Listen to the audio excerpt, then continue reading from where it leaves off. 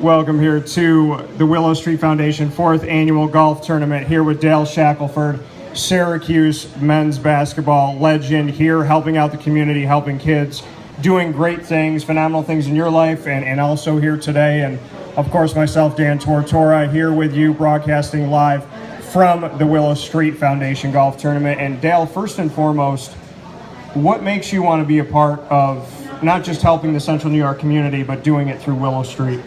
Well, Willow Street is a great foundation. I met Mark Jones probably about 15 years ago, and he's had some great ideas, and he's very spirited and willing to help youth achieve the best they can do.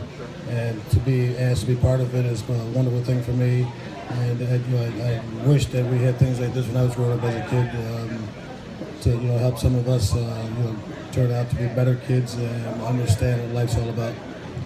When you look at the mission statement, what this foundation stands for, what are the things that mean the most to you about helping this specific foundation?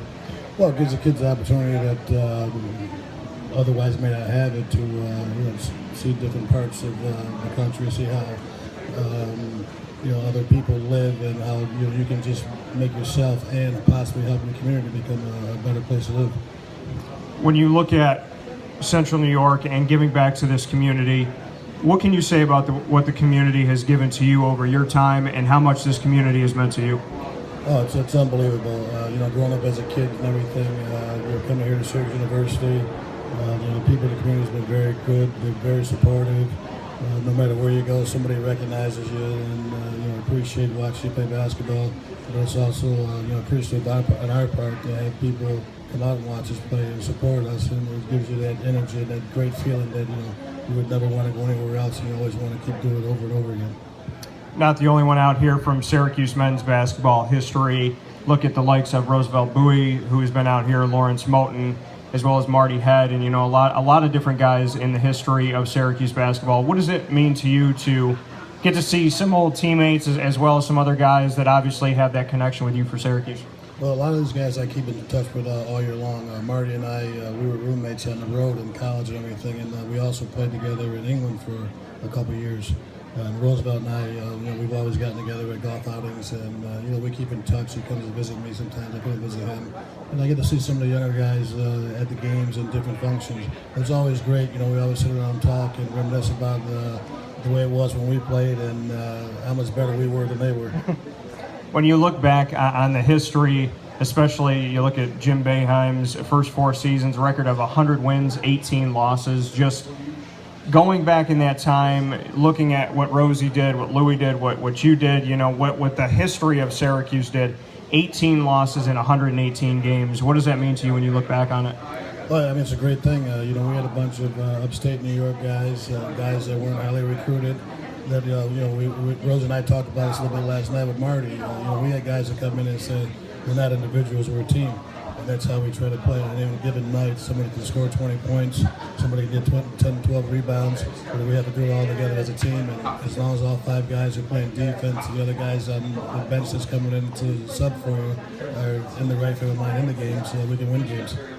Some of the best memories that you had, is there anything that sticks out? I know you said when you were talking with Marty, and we spent time spoken with Roosevelt Bowie about a lot of different things. Are there any moments that you like to reminisce on, that you like to specifically go back to? Well, these are the moments, seeing everybody still around and healthy and everything, and some guys have families and that. It's always great to know that we're still healthy and we're still one big family. When you look at, I asked you a question just now that could have been a block that you had or a rebound that you had, and you chose to say that it's about the health and the fact that you're still seeing these guys around. When you look at the family that Syracuse has created, are these friends, or at this point, are these brothers? Well, they're definitely brothers. There's no question about it. From the new guys who are coming in, the guys that were there before me, we're all really close together. I see Dennis about a lot. I run into Paul Piotrowski all the time in Utica and everything. We're just like one big family. Got to ask you about, when you talk about family, you look at Dad. Jim Boeheim has been a father to a lot of players. He made, now going into his 40th season, he's made that statement that 3 years out is my end. I could, and when I got to talk to him in the press conference, he said, listen, it could be 1, it could be 2, but no more than 3. Now that you know that there's an end date on Jim Boeheim's career as a Syracuse head coach and spending time with him throughout the years, how did you respond to finally knowing that question that's probably the most asked question in Syracuse, New York? Well, it's not about him being out. It's about if he's going to go out. In my mind, he's always had little tricks up his sleeve and everything else. So it's the point where we got to wait and see. Hopefully he's going out, on his terms and not on someone else's terms, and that'll be great for all of us. When you look back on what they kind of had to go through with the NCAA and all of that, Syracuse's family has always been strong. How did you react to seeing the amount of losses going out, to seeing Boeheim's suspension, to seeing a 5-year probation and everything that's come onto the program? Kind of an unprecedented thing that the NCAA had sent down, a ruling that we've never really seen before. And to me, I kind of look at it almost like a coaching death penalty. How did you respond to that? Well, my only response is if you're going to take games away, you should take some of his losses away also, not just his wins. He lost games in those situations, whatever the penalties are they're giving him. So take some of the losses away, not just the wins. That's a big statement coming from Dale Shackleford. We're here at the Willow Street Foundation 4th Annual Golf Tournament, helping out the children, talking a little bit about Syracuse. Mike Hopkins, he is now the head coach designate. He has been given the nod by the new chancellor. What can you say about Mike and how much you've gotten to know him over the years, or what your thoughts are about him as a coach? I think it's a great opportunity for Mike. Mike does a lot of recruiting for Syracuse. He has a great rapport with all the players that he's had underneath him and everything, and a lot of the players he's played with, a lot of guys that he didn't play with. So I think it's a good move on Syracuse's part. It's a great opportunity for Mike. Adrian Autry, Jerry McNamara. This staff is a total Syracuse staff. Not a lot of schools can boast of something like this, to have up and down the line former Syracuse basketball players, including Jim Boeheim. What can you say about that, about the history being a reality, and that when players come to play for Syracuse, they're playing for former players? Well, I think it's a great situation. I mean, we got players that are willing and wanting to, be in that profession, and they should be given that opportunity. Why not keep it within the family, as we say, and give those guys the opportunities to prove themselves, as well as Coach Boeheim has proved himself over the years. How have you stayed in touch with basketball over time? What are some things that you've tried to do? I mean, have you kind of seen yourself get a little bit away from the sport, or are you constantly trying to do different things? Even today, as we sit here, are you trying to do things that can connect you to that world and connect you to kids in that world? Well, I still do a lot of appearances for coaching in the high school level and everything. Also, I do Coach Boeheim's basketball camp every year, so that's going on about 35 years that I've been doing this camp every year. So I'm always keeping in touch that way. Roosevelt and I were talking about some things that we'd like to do as far as run clinics for big men and power forwards and things like that. So, I mean, I'm never away from it. I constantly watch games. I constantly watch high school games.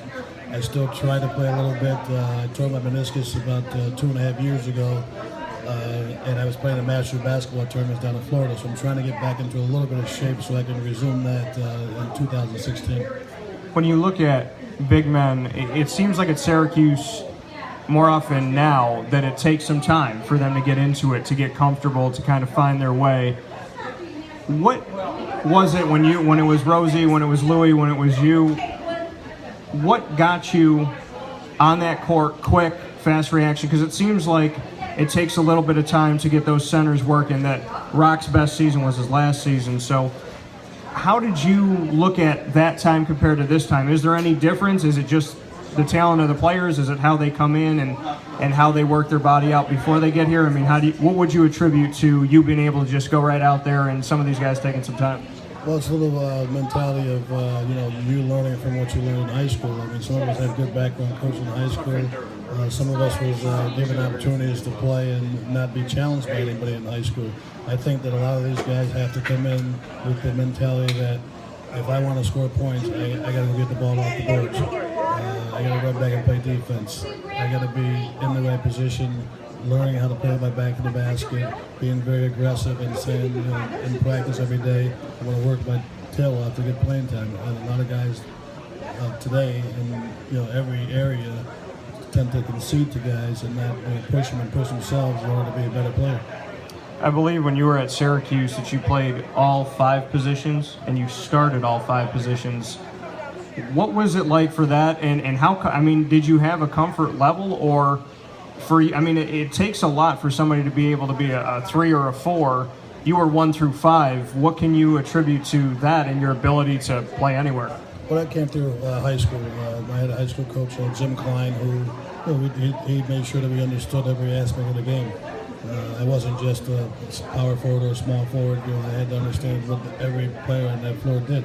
You never know when somebody gets hurt or somebody graduates.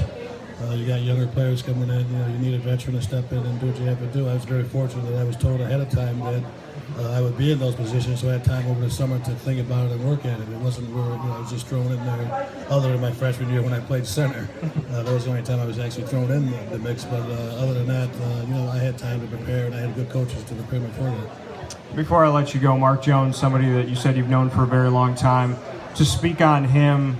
Anybody can ask you about Syracuse basketball, and we can talk about Syracuse all day. But to talk about this city, basketball wouldn't exist without the people in the city. So when the people in the city get behind something like a golf tournament like this, what can you say about the leadership of Mark Jones and who he's been to this community? Well, I mean, you can tell with the people that's got here, the support he has, even the people that volunteer to help out his foundation. He's been a great pillar to the community. He grew up in the area, and he's given back to the community where he grew up in, and wishes that it keeps flourishing forever. Dale Shackleford, Syracuse men's basketball legend, sitting here with me, healthy and well, and that's the most important memory that he has, and as he continues it into today. I'm Dan Tortora from Wake Up Call with Dan Tortora. You can find everything on wakeupcalldt.com and continue to support the Willow Street Foundation throughout the year for all that they do. Thank you.